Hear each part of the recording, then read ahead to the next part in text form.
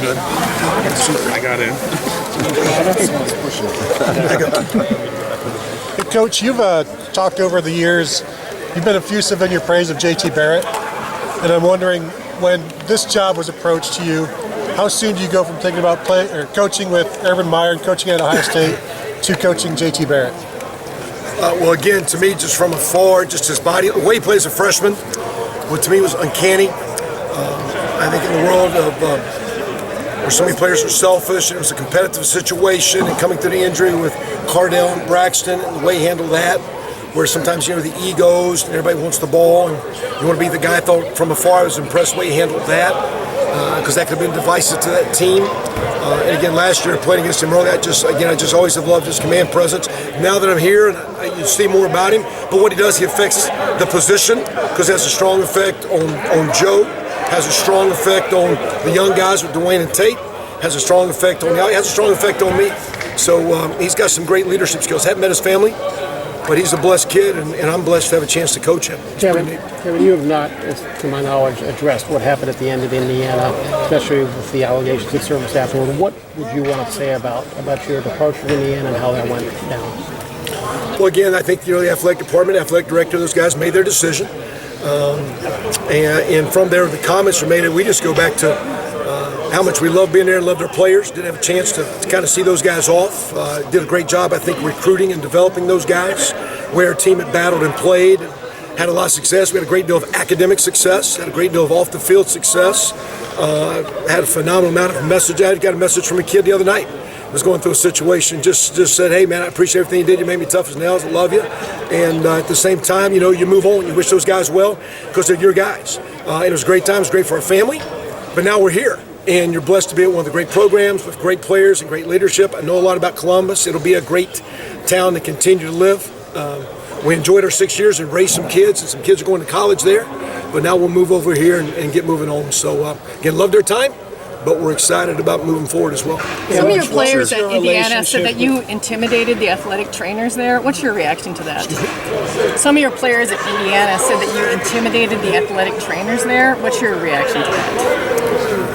Again, I don't think our team and program that was considered, I think, the worst program in college football to have the kind of success it had if it wasn't full of love, energy, commitment, unity, and that's why our team competed so well. So, no more than said, you kind of see the way our team had played, you see the way our players have moved on and been successful, and now you see what we're doing here. What was your relationship with the athletic training staff at IU? Yeah, I think a couple of trainers were the best I'd ever been around. Outstanding. Patrick Spiel, been there off the chart, just like our guys here. And those guys handled all their decisions. You just get ridiculed when Tevin Coleman come out of game. Or Dan Feeney missed a bunch last year. So those guys ran the ship. They did a great job. Did a great job of players. Again, you take a losing program and have that kind of success. That was a great commitment from a lot of people. Those guys were awesome. Kevin, what's your top priority this spring with getting to know JT Barrett and kind of inserting your influence onto the offense in the way that he plays the game? I think the first thing, in my opinion, one, is really getting comfortable with the way we do things and earning their trust. Because again, you can always tweak a scheme or an attitude, but like I say, for the players we've been around and what we've done in the past, the first thing you have to do is connect with kids and to get those guys to play together and play hard and play as a unit. So the first thing I do with JT is, one, you got one of the best players in the country every day. You got to bring your best every day. Be great in the meeting room, be great on the field, be great like today in our practice plan. I could have done a better job. I thought our players did really good. I thought I could do a better job. And as we go through, it's going to be, again, my ability to connect with our staff, my ability to connect with the players, and we have our units, but as a coordinator, like, how do you get those guys to play together? And so working with JT means you got to bring it every day at a high end. I don't mean this is a slight to the talent you had at Indiana. You had quite a few NFL players there, but what you inherit now, I imagine on paper, looks a lot more appealing in terms of the personnel. Does that get you, as a coordinator, more excited or open up things that you could do that you couldn't have done the last couple of years? Well, again, we've got high talent here, but the talent we had over there was really good too because we recruited and developed it. What we did in the weight room, what we did off the field, what we did in practice. So I think we said the last 2 years, the most amount of all conference players, and the most guys going to the pros, and the most guys. So you can talk about talent, but it's also getting guys to play. And I mean, shoot, a year ago we're the best offense in the Big Ten at a place you say has no talent. I didn't say it had no talent. That's what I'm saying. I mean, and talent doesn't win. It's the ability to play together. And that's what I'm saying. Like my ability to connect with JT, it's Coach Day's ability to connect with JT, and then my ability to take that and Coach Stud and Tony Alford, what Coach Alford and Coach Smith does, and then bring those groups together to play as an offense. And I think that was one of our strengths over there, is to get a bunch of individuals to come in and play as a group. And that was the thing I think we're most proud of what we did over there. And over here, that's going to be the challenge. We've been really good on offense. There's a lot of individual players, but it's the ability offensively to collectively bring it all together. And that's what we're going to work hard to do. What connection did your Ohio State were departure? 1 and 2 2 years ago in offense, and you put those. You guys were 1 and 2 in scoring. Indiana and Ohio State 2 years ago. If you put those together, I mean, what does that mean? That you guys are just far and away ahead of the Big Ten then? No, because again, what you did in the past doesn't mean it's going to happen again.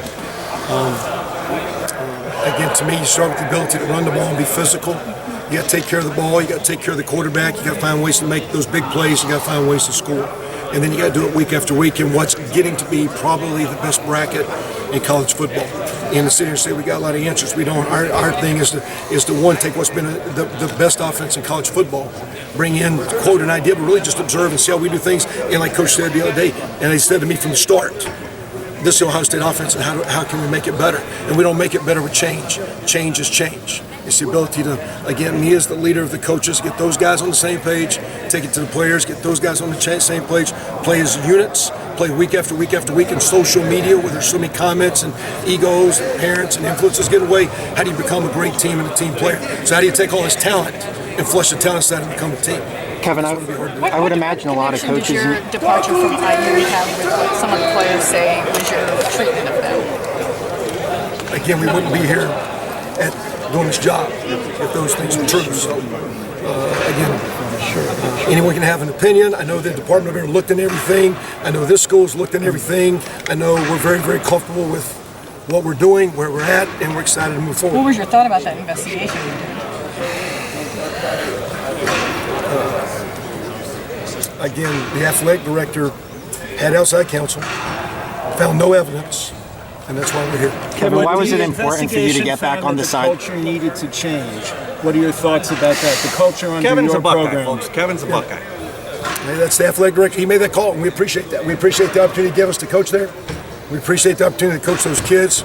I'm very grateful for those kids and what they gave their family, and appreciative of all their comments moving forward. And at the same time, we're excited to be here and coaching these cats and do what we can. Kevin, how will you change at all as a coach or in relating to players? Is there anything from Indiana that you felt like you needed to switch anything up? I think like we tell our players every day, you're always, as a coach and player, you're trying to get better. I just told our guys earlier today that you know, as soon as I just said our last thing here is we're getting out of here. We've had a couple of good days. We need a good day tomorrow. We'll come to the weight room, we'll watch tape, and I go, if today was my last day coaching, I hope it was the best it could be. If today was my last day with my wife and kids, I hope it's the best it could be. Because as you go through every day, you're trying to get better. So I've never had a day as a coach I was not trying to get better. I think as a coach, you always self-evaluate yourself. In relationships, we've had unbelievable relationships and love. That program was built on love and respect and playing hard, and that's why what the talent that wasn't there, that most people consider the worst program in the Big Ten, right now I just saw today is considered one of the better programs in the Big Ten East. And that's a credit to those kids and what they did. And I appreciate and love them, and I wish them nothing but the best. At the same time, I'm excited about this crowd and these cats and work with these guys and see what we can accomplish. Kevin,